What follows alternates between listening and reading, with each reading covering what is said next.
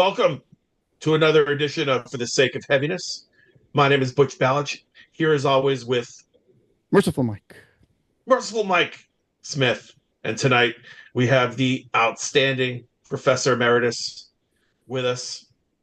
Their latest record, A Land Long Gone, came out on June 13th via No Remorse Records. Amazing Gentlemen, record. welcome to the show. Hello. Hello. All right. We Good have to have you. Lee Hello. Smith Thank with you. us. Thank you for having us. It's great to have you. We've got Lee Smith with us. Say hi. Say hi. And Lee's the guitar player, major songwriter in the band. We have Esteban, Julian Pena with us, singer. Pena. Sorry. I'm terrible at pronouncing names, man. No, it's fine. It's fine. I know in the And United Jose- States they think that Pena, it's Peña, but it's Pena. It's Galician. Yeah. North of Spain. Gotcha. And Jose Salazar on bass. Hello. Yes. Welcome to the show, guys. Hi, Jose. Hello. Hi, guys. Thanks for joining us, everybody. It's been 9 years since the last record came out. Talk a little bit about the path to get this new album out, and the writing process for this, especially like once Esteban came into the band. Like, how'd you pull it all together? I mean, it's a record that's very accomplished, in my opinion, and in the opinion of a lot of opinions. Like, there's a ton of reviews out there. The record's getting great marks, 8s, 8.5s, and up. Universally pretty much loved. And it's an album that I think is going to make a lot of people like wake up to the band. Something that you're really going to make your mark this year with this record. So talk a little bit about the process for the record, how things came together once you had this whole lineup in place. So going back to 2019, the band was just me, Jose, and the other guitar player, Tyler. And we had the opportunity to play a couple small shows. So we asked a friend of ours, Al, who some of us have been in bands with before, to fill in on vocals. And then Jose knew this drummer who you both used to be in the same band, but not at the same time. Oh, that's right. Black Sides, yeah. So you told us about this guy, Chris, who's a really good drummer, and you asked him to fill in, and he agreed. So we played 2 shows with kind of the fill-in singer and fill-in drummer. And then we somehow were able to keep Chris, the drummer, on board moving forward. So then COVID happened. We actually played... We opened for Ross the Boss on the day of the Super Bowl 2020, which was like 2 weeks before the world ending. And I think Jose and my wife both had it then, not knowing yet what it was. But so COVID obviously slowed us down. We kind of worked a little bit with a few different singers, but for various reasons, none of them worked out. And in 2022, we went in and recorded these 8 songs just musically, and things kind of lingered. And then at the beginning of 2024, I reached out to Esteban and gave him my big sales pitch, and happened to catch him on the right day and in the right mood to agree to meet with us. And Pretty accurate. and things kind of took off from there. So in terms of the writing, 2 of the songs on the album date back to 2016 or 17. That's Passage and Hubris. Passage is pretty much unchanged from kind of the original first draft of it, but Hubris, maybe in 2021 or so, the whole second half got added. Like, it was initially more repetitive, and just kind of the first half of the final version of the song just kind of maybe repeating again, and it didn't really go anywhere. Everything else, I want to say, came between 2020 and early 2022. So then by the time Esteban was involved, the music was recorded and done. So then once he joined, it kind of put some limitations on him, that the song structures were already the way they were, and the guitar solos are where they are. And yeah, we could be easy enough to delete those if you really wanted to sing over one of those sections. So we kind of put him in this little box to do his work, and maybe he can talk about kind of the process from there once they got handed off to him. Yeah, what is your process like, Esteban? I was going to ask you, like, first of all, I find your melody lines to be really compelling. I love the mix of the bigger, more epic kind of style that fits with like epic doom or epic metal, but then you have the, you can get that Bruce Dickinson kind of zone. But there's an overall great emotional quality about your voice too. So what's your process when you're writing, actually? Like, how do you constantly run the songs in your car? Are you pretty quick with it, or? Well, it depends how much I like the songs. When Lee gave me the 8 songs, for me it was like I always taken a perspective of a metal fan. So when I saw the 8 songs, for me it was fun. It wasn't like, for me I hate, because I've been in other bands that I didn't like the songs, and the process was like very unpleasant. But when I got these 8 songs, was very organic. I was thinking, I'm a metal fan. I love doom metal. I love traditional heavy metal. I'm just the vocal melodies, that was the main thing. The vocal melodies are gonna be, as a metal fan, what I would like to hear. So every song for me was like so easy to, okay, I want the singer to do this, because it's like I wasn't the singer. I make like an avatar of a metal singer. It's like that's right. That's what I want to hear. When you're a metal fan, it's like, come on, do this, do that. So I was, for me, it was fun. It was like a video game. It was like I was playing those video games that, I'm a gamer. So it was awesome. So for me, like, I don't remember, because when you have so much fun and you don't remember about time, like if it took a long time or something, I was just sending demos to the guys. And I was very happy, like, oh, listen to this, listen to that. And I was showing to my wife. Like, hey, look what I'm gonna send to these guys. So she's like, oh, that's awesome, honey. So yeah, I really don't remember, because it's like when you go to a roller coaster and you just know that you have fun. You don't know if it's 1 hour, 2 hours. So for me, it was a pleasure to do this. Like, seriously, that's why maybe I enjoy this album.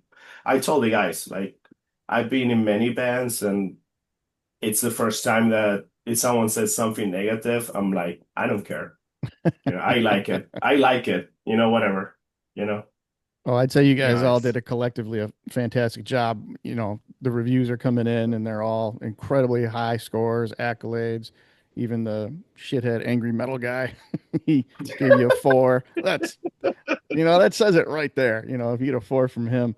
But your voice, Esteban, is just so emotional, and it just creates this vision as you listen to the entire album, which for me is huge.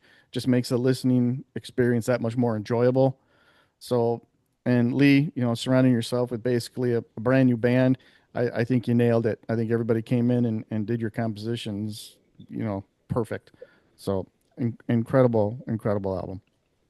Yeah, I think there's a flexibility too to your voice, Esteban, that I also like, that because having hearing the music in these songs, like, there's a lot of changes in them, and the songs change from one thing. 1 minute you're listening to like a doom part, and then you're into this big epic metal piece, and then you have like you got those acoustic passages in here too. Like, you really like mixed it up on here musically, I think, which keeps it just keeps the flow is so interesting.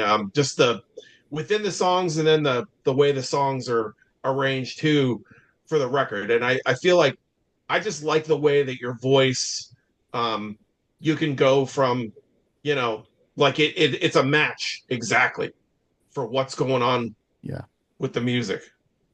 Really, it's really successful the way that the album flows like that. Thank you. Yeah, no, but it's like because I really listened to the song, you know, it's like as I said, like a metal fan. Hey, this part we should be sing like this, like that. And of course, I'm very emotional with like you know operatic things, and I love melody too. I love very heavy, nasty riffs, but I also like melody. You know, I like to. It's like cooking, you know, like salt, pepper. You know, it's like every song is a different case. You know, that's how I take it. It's like don't repeat yourself. Try to make it, you know, and with doom metal, I love doom metal, but sometimes, especially when the songs are long, try to make it entertaining for the listener, you know. Because I Yeah, exactly. imagine like I'm not part of the band. Would I like this? You know, that's Right. how I think all the time.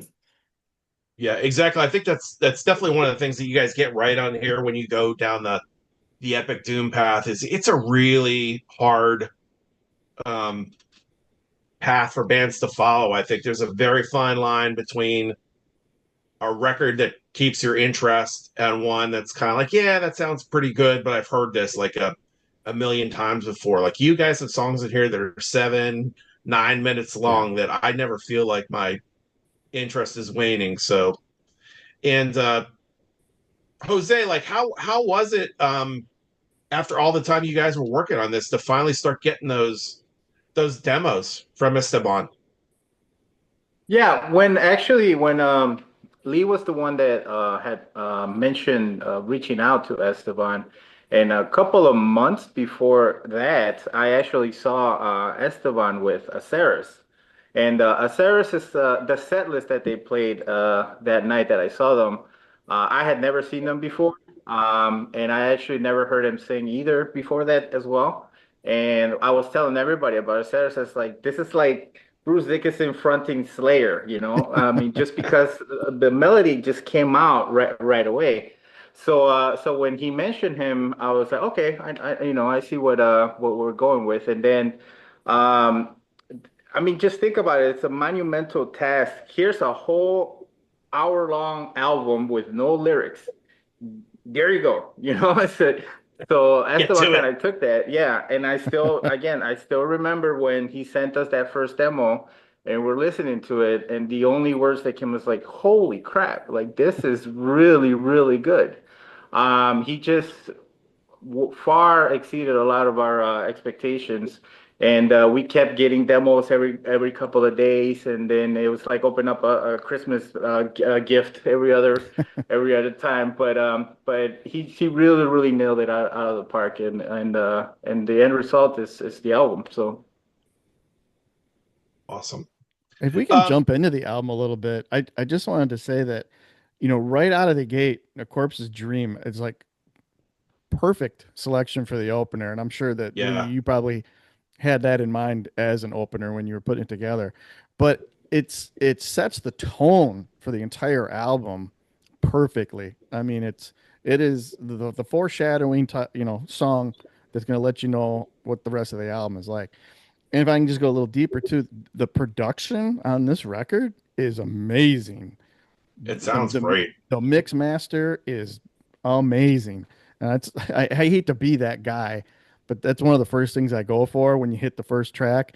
Because if the production's crap, then it's a tedious listen, but not for this. So, I, how many times did you guys go back and forth in that process before you felt comfortable with it? There was a lot of back and forth during the mix, and we recorded it with this guy Pete Grossman from Bricktop Recording in Chicago, and then he mixed it as well. So he gave us a first mix, which I'm sure I don't really remember. I'm sure would have been a great mix, but I'm a little particular with some things and don't care as much about other things. So then I had my feedback, and then kind of all of us had some input, and there were probably 4 or 5 rounds back and forth, something like that. I think most of it was just getting a test song like 90% of the way there before he applied Mm-hmm. those changes to everything. So yeah, that was several rounds of back and forth, but it was over the span of maybe 2 months, something like that. Sometimes it was a couple of weeks in between um, us sending our feedback to him. Well, I'd say you guys settled on the right one. It sounds really good. Yeah. I also feel that a lot of it, in my point of view, is that Pete has worked with a drummer, Chris, for many of albums. So he kind of already knew what he could do and what kind of sound that he can capture for him. So the recording process, it was, especially for Chris and Pete, it was like, okay, we know exactly what we're doing here. But yeah, that we also get a lot of compliments on the drum sound, a lot when it comes to not just the playing, I mean, just overall the production was just great. I mean, that's another good thing about a good album is the production of it, which all the right elements were there for this one. So Completely agree. Sure.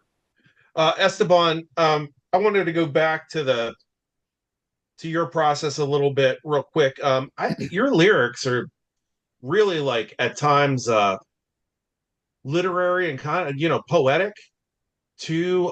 They're not, run of the mill um kind of lyric. Like you can tell you put a lot of thought into them. What are some of the things that inspired you with the lyrics here? Is this something like did you and the band talk about it, or is this just all your own? My own, and I have many influence, like mythology, Greek Greek mythology, and like I always said, like I like to, well, vocal melodies are very important for me, but with this, depending on the music, because I'm not when I'm writing lyrics with Azarus, I'm not in the same thinking when I write lyrics with Professor Emeritus. Right. It's just different subjects. But as I said to Lee, like there most of the time I think of scenes, like a movie, like a scene or like a painting. It's a moment of course it's science fiction too, like fantasy, dragons, and but also getting this fantasy and fiction, but also using existentialism, human, emotional, Mm. but Right.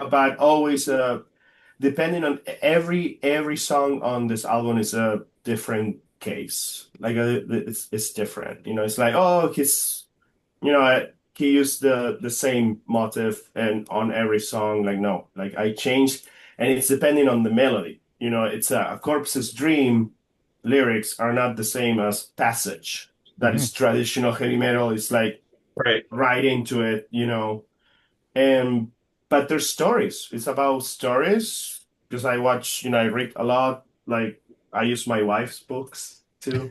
Like every lyric, like you ask me, I can tell you what's about. Like Sosimus, A Corpse's Dream. But also depending about the melody, what the melody and what the music uh tells me.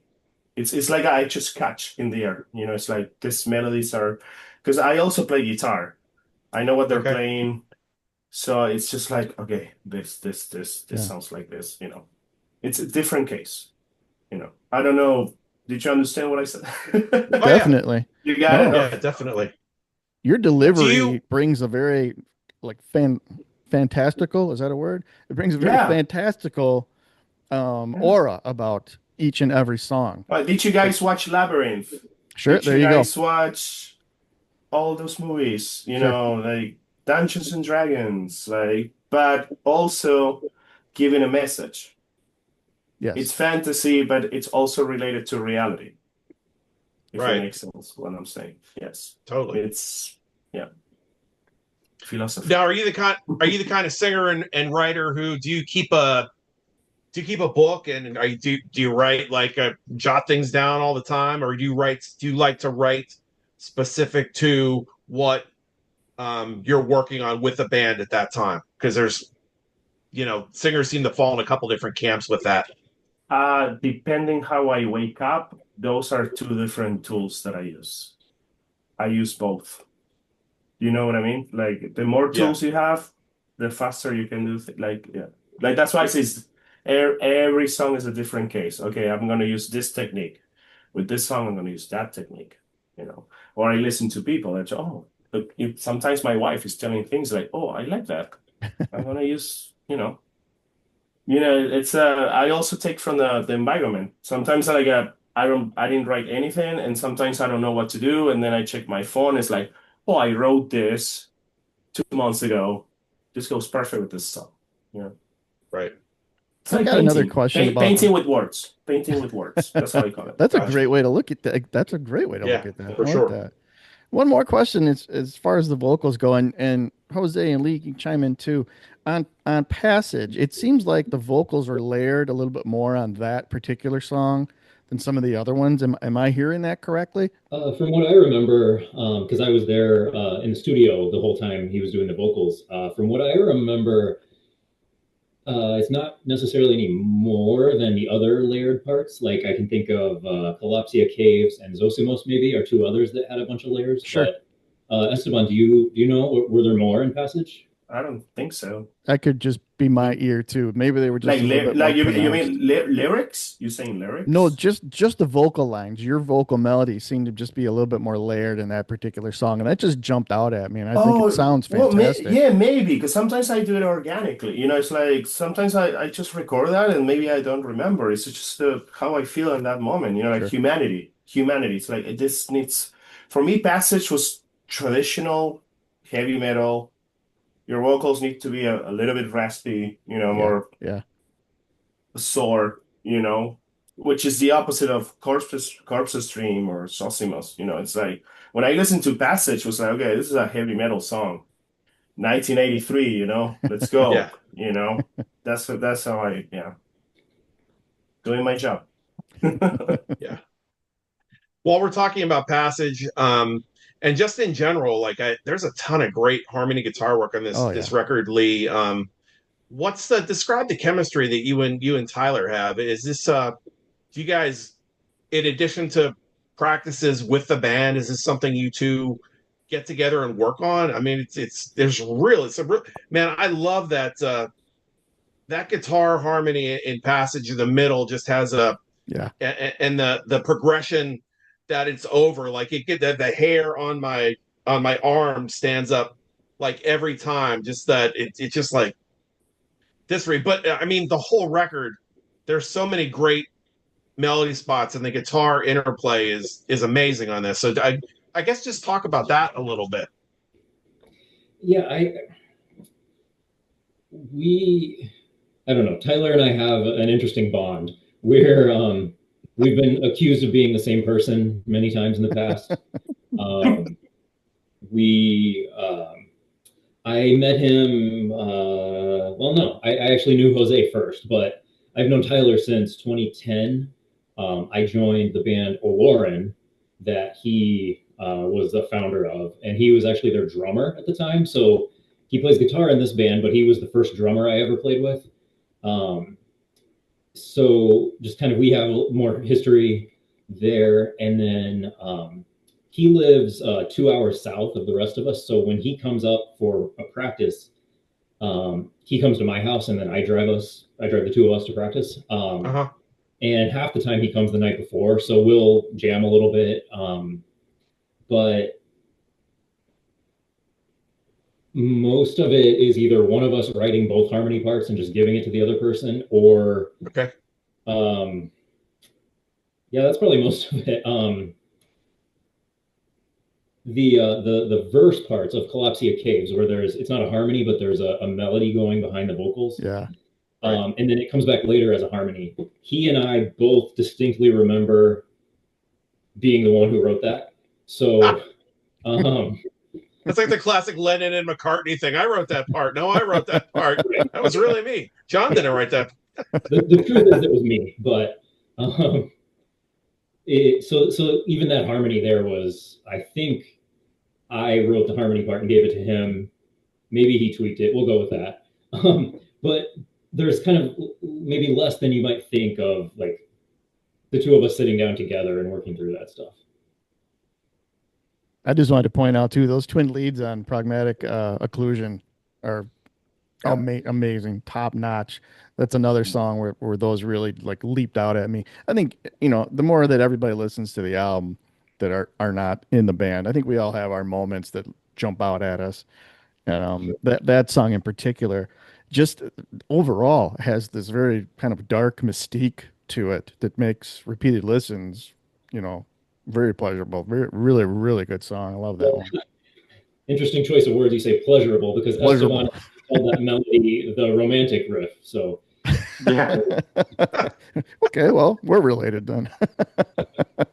Yeah, Yeah, when it's it comes excellent. to also the twin harmonies, as a bass players, for starters, you're kind of uphill battle to be heard in Yeah. any situation. Yeah. But one of the things that I really really like about their twin leads and the style of everything is, if you notice, there's no backing rhythm tracks when they're doing that for guitars. It's all Yes. bass. Did notice. So Yep. the way that it is written, the way that it sounds, there's no need for it whatsoever, and it makes my job easier as far as that because it lends itself a lot for these bass lines to kind of just lock in, and if anything, it brings out those melodies a lot more. Add Esteban's vocals on top of that, and that's the album. But yeah, I'm definitely grateful for that because I don't have to struggle at all with come up with that part, or at least keeping the glue together while those harmonies are happening. Jose, can you describe the chemistry you and Chris have together in terms of the rhythm section is tight as hell Yeah. on the record? Like, you want to talk about that? Oh yeah, yeah. Well, Chris and I also play in another band, and that's we've been playing together now for good grief since 2020. About 2020 when we first brought Chris over to help us with the fill-in shows, and then when it came to playing the stuff from the album, it's probably the first drummer I ever played with that pulled out sheet music and everything. And it actually happened during Professor Jam, and Lee and I kind of looked at each other like, okay, it's gonna be interesting. But I I mean, need the charts. Who's got the charts? yeah, exactly. But I mean, the simplicity, he makes a lot with not too much equipment. I mean, he has your four-piece kit and two cymbals sometimes, and he just rocks it.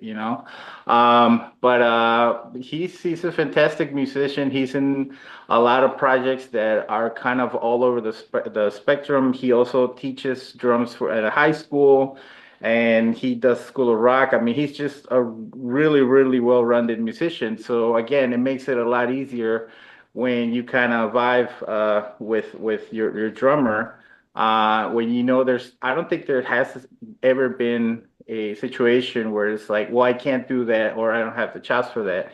And he also only uses one bass pedal. He doesn't do double bass, believe it or not. With some of those parts that we have, that I mean, it's not a lot, but he does a very very good job with what he has. So but yeah, it's a pleasure. It's the pleasure rhythm section. So. Oh, that's pretty crazy that he only plays a single kick, Oh because yeah. Mhm. I've played drums for a long time, not on your level by any means, but so my ear always goes to the drums usually first and Mm. foremost. And that's a hell of a performance throughout the entire album. And now to find out that that's just single Yep. kick work, wow. Yep. He That's does that wild. on purpose too, because it stands out, and especially when people find out, like, wait, you're only using one? Yeah, that's Yep. There nuts. you go. Wow. Speaks to him then. That's awesome. Yeah. So, I know there's definitely live video online of the band playing out. How much have you guys played out, and what are your plans for that moving into the future? Like, how I know everyone's busy. You guys are in multiple bands.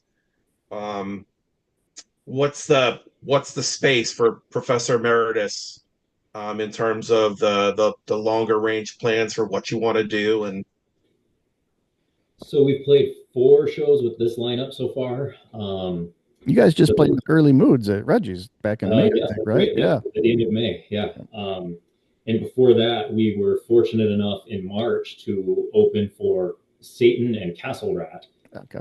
Nice. Which was like a pretty close to a sold out Reggie's. Yeah. For Castle Rat. So that was great to play in front of a full room like that. Sure. So we do have a show we can't give the details of yet, coming up later this year, but that one will be really exciting. That's in Chicago. That's the only thing on the calendar right now. We kind of didn't pace ourselves well with the 4 shows we played so far. We kind of saturated the market, and then the album comes out, and now we need to wait a little while, which could have been planned better maybe. But in the future, a big goal of most of us is to go to Europe at some point.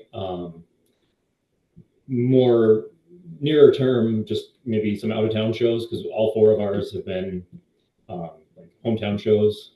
Yeah. So those are kind of the 2, like the smaller goal and the bigger goal at this point. Yeah. I mean, I was going to ask if you had plans to try to get overseas at all. I feel like you'll go over really well over there. Especially, places like Germany and Greece and, for sure. That's eat that up. Yeah, I was fortunate.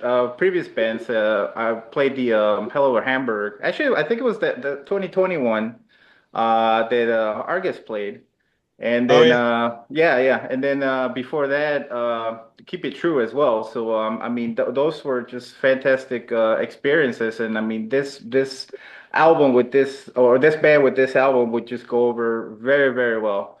It's definitely a goal going forward, and but we'll see what happens. Definitely. I know before we got on, we were talking a little bit, and Butch brought it up. I just wanted to ask, with this album being done and having so much time, in between, is there some new material in the can that's getting played around with at rehearsals and things that will eventually see the light of day? Yeah, I have several song ideas, but none of these guys have heard them yet. I'm being too precious about finishing the first draft just absolutely perfect before anyone else hears it, which I need to get over. I actually have one demo recorded that I've been holding off on sending out, so maybe I'll do that once we're done here later. But yeah, there's definitely things in the works, and I can't wait for it. I can't wait for it. Just send it. I'm ready. Send it out, Lee. I'm ready. Send it now. Send it now. Sounds like I'm stirring the pot here a little bit. Sorry, Lee. I was gonna say give me more. Give me more. I was gonna say that the next album is literally starting right now on your show. So there you go. No, I thought it's 2025. I thought we were going to record in 2033. Send it. Send it. Sounds like, please. Send me the diagrams. In terms of writing, sorry, I stepped all over you, Mike. That's what I always do. No, you didn't. Go ahead. It's fine. In terms of writing, moving forward, I know moving forward, I'm like Peter Brady. Like, I'm 54 and still losing my voice. In terms of writing, Lee, I know you wrote the majority of the record. Tyler had a hand in a couple of the songs. Musically, is it something that you could? Is that the balance you want to keep, or is this something like in the future, like the whole band will start to contribute now that you've had this lineup that's been together for a while? Maybe a little bit of both. My internal process is to try to have a completed first draft before anyone else hears it. Gotcha. But now I'm hoping once I get to that stage, then send it out, everybody learns it, and then we get together and Jose has his 3 suggestions he came up with, and Esteban has his 20 suggestions he came up with, and we kind of build it from there. So like I built the foundation myself, and then we build the rest of the house together. Like that sort of thing is kind of what I envision. Tyler will write kind of on his own also. It just sometimes takes a little bit of prodding to get him to work on stuff kind of on his own. But then once he gets going, he'll have a bunch of ideas also. So I hope that we can have some where the foundation was built by Tyler, and then we all work on it from there. Just kind of to give it a different perspective on some of the songs. I'm going to throw one at you here. What I'm going to ask you guys, and all three of you can chime in. It's been done, but it's a very precarious thing to try to pull off successfully. But now that, I've lived with the new album for so long, and you guys have now been such a cohesive unit for so long, and the way that you write and the way things are composed, and especially, with Esteban's lyrics and his vocal delivery being, so fantastical, would it be out of, your realm to probably try a concept album? I just feel like you guys would be custom made for something like that. Well, I'm the one writing the lyrics, so yes, I can do that. I can't say no, I can say yes, but we'll see. I'm definitely depending on the music. I'm definitely less a fan of the type of concept album where there are little like skits and narration and stuff, as opposed to just a collection of songs maybe that either tell a cohesive story or have a central theme. Right. So I would not want to do to have like actors and stuff like doing 2-minute skits between songs and right. No, I understand that. Oh no. Well, but okay, what's the name of the album? A Land Long Gone. That's like a book, sure. It's stories, and then the title of the book is like different stories, but it belongs to a Land Long Gone. That's what I was thinking about, because the title, I thought about it. And each song is a chapter. Sure. Yeah. There you go. Yeah, you got it. Yeah. I think the only concept that we want for the next album to not take 9 years for it to be released. No, we'll start there. We have to be not too fast, but fast. Yeah. That's what I think. We'll go with that, Jose. I like that. Yeah. Mike, give anything? I'll just throw out that Calypsia Caves is a phenomenal closer. I pay way too much attention to openers and closers, and I think Butch and I were even talking about doing a show on, the all-time best closers. But man, does that I like when albums can become cyclic. So like you start it, you listen, the closer, once it you get to that conclusion, you immediately want to listen to it again, and you guys have achieved that with this one. So great, well done. That's great to hear, even with this length, like 53 minutes. That's hard to do, I think. Yeah, there's some people that really get a bug up their butt when an album is, it's almost an hour, or it's just over an hour, and I've never had a problem with lengthy albums, especially if you are so involved in them, which this album will take you on that journey where you don't want it to end. So I don't have any problem with the length. I think it's great, and I immediately want to start right back up again and listen to it. So that's always a sign of a good album. For sure. I mean, a long record that has only feels like a long record when there's fat on it. I mean, a record like this that has the twists and turns that it does, and the pacing is doesn't feel as long as it is. Really, when you get a long record like that, the problem only really lies in, like, it becomes tough to how you press it on vinyl. Yeah, because then you get into the sound. How you get it? Do you put it as a double record, and then right. Nowadays with the economy the way it is, so. But I mean, there's long records I have that feel like they're 2 seconds long. Yep. It seems like, and this record doesn't feel like first of all, 53 is not really that. It's not that long. It's only like most people say 40, 45. So yeah, it's only 8 minutes longer. But like I said, it's so well balanced that you don't notice if it's a little bit, a tick longer than a regular, because it's good. Yeah, there's no fatigue at all in listening to this album.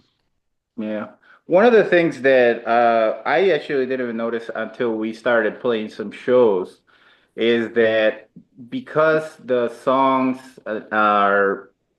they're like they sound they're a part of the same album, but they're a lot different from each other. where we were putting together the set list, again, opening up for Satan and Castle Rat versus Early Moods, which, you know, they're completely different bands. Yeah. We were pick and choose, okay, well, this is the more doomy band versus, you know, a band like Satan. And it's very, and we got lucky that all 4 shows are actually on video, like professionally shot.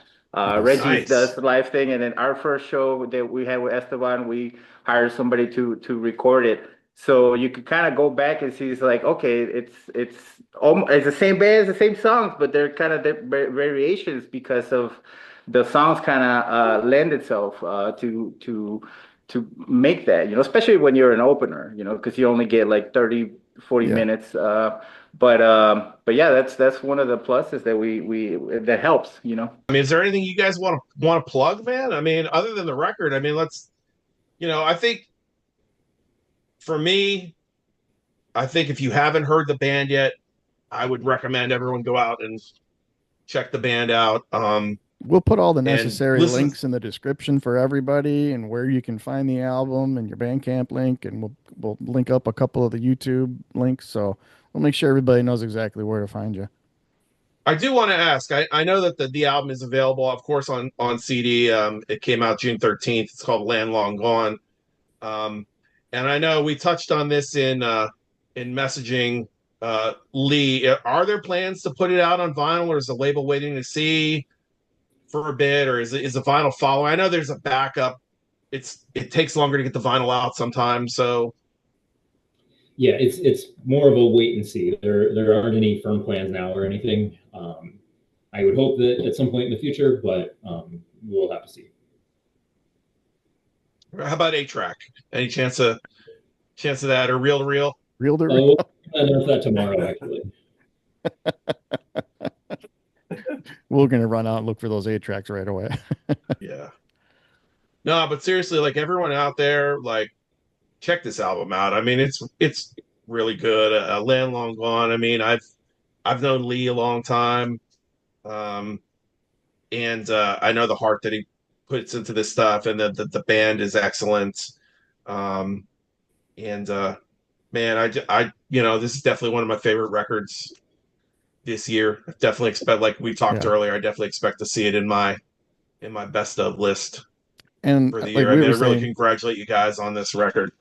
Just Google it and put review after it, and you're going to find out real quick that everybody who has had a chance to live with this record thinks it's stellar. It's going to be even Angry Metal Guy.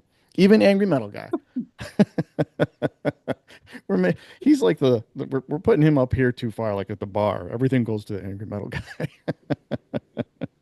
No, well done, guys. Really well done. Excellent album. Thank you. Yeah, and hopefully, you know, as you start stepping out of Chicago, hopefully we'll see you close to Pittsburgh, or, you know, at least I know it seems like a lot of bands hit Youngstown instead, but the closer you get to here, the better for me. Bowling is a big spot, I think. Yeah, that big bowling alley. That's a great venue, man. Surprise, you know, that downstairs has a real rock and roll club vibe. It reminds me of the old 31st Street pub, with slightly better sound for sure. Downstairs at that West Side Bowl. I've never seen a band in the upstairs yet. I've been to some shows in the downstairs, so would love to see you guys play close, or, you know, be looking forward to seeing where things go. You guys, and hopefully get to see you get on some airplanes and go overseas too, and crush some heads over there, because I think that's going to be good for you guys. Yeah. Fingers crossed. And thanks for, you know, really thank you for coming on the show. I mean, I can't thank you guys enough for coming on. It's really an honor to talk to the three of you tonight, and give our regards to Tyler and Chris too, you know. Yeah. And you're always, you know, Mike and I always say, you know, you're always welcome on the show anytime you want to talk about anything, really. If you got something to promote, or if you don't have something to promote, you know, Michael and I are always like throwing around weird topics, you know. Yeah. Come in and hop on. We'll just send us a message and we'll get you on. Any of you, the invitation's always open for you. You too could talk about your favorite Rough Cut songs, you know, or Entombed. Yeah, Yeah, I definitely can never repay either of you guys for Argus and all the Days of the Doom Fests. So I'm eternally grateful to both of you as well. Oh, you're more than welcome. Thanks, Thank you man. very much. Those Days of the Doom Fest were a lot of fun, man, weren't they? I feel like it's something like Mike should maybe do again, huh? You know, what's funny is like this time of year is where, you know, if you look at Facebook memories or people start sharing pictures of, hey, remember it was this time of the year we were all in Milwaukee, and yeah, those were good times. I made a lot of lifelong friends, so it was a good time. Actually, speaking, Lee, I don't do a lot of promoting anymore, but you know, if you guys ever want to try to jump up north here and get in Milwaukee, I can lend you a hand with that for sure. Oh, yeah, great. That would be awesome. Yeah. I think my claim to fame is I was maybe just out of frame on that famous hugging picture of you two. Yeah. Oh my God, that's right. Yeah. I think so. I remember that. I'll have to see if I can find a wider shot of that someplace. We'll find Lee in there. I also think there's some pictures of me with you guys, like I was in a pretty drunken state at the time too, Lee. Yeah, I think I remember that. Yeah. Yeah. I learned a little too much about your personal life that day. Oh, that sounds about right based on the time frame. Yeah, there wasn't too many sober people at any of those fests ever. So,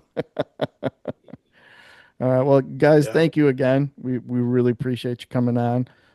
Like Butch just said, don't be a stranger. You're more than welcome anytime you want. So, everybody, check out the new album, and we'll see you on the next episode of For the Sake of Heaviness.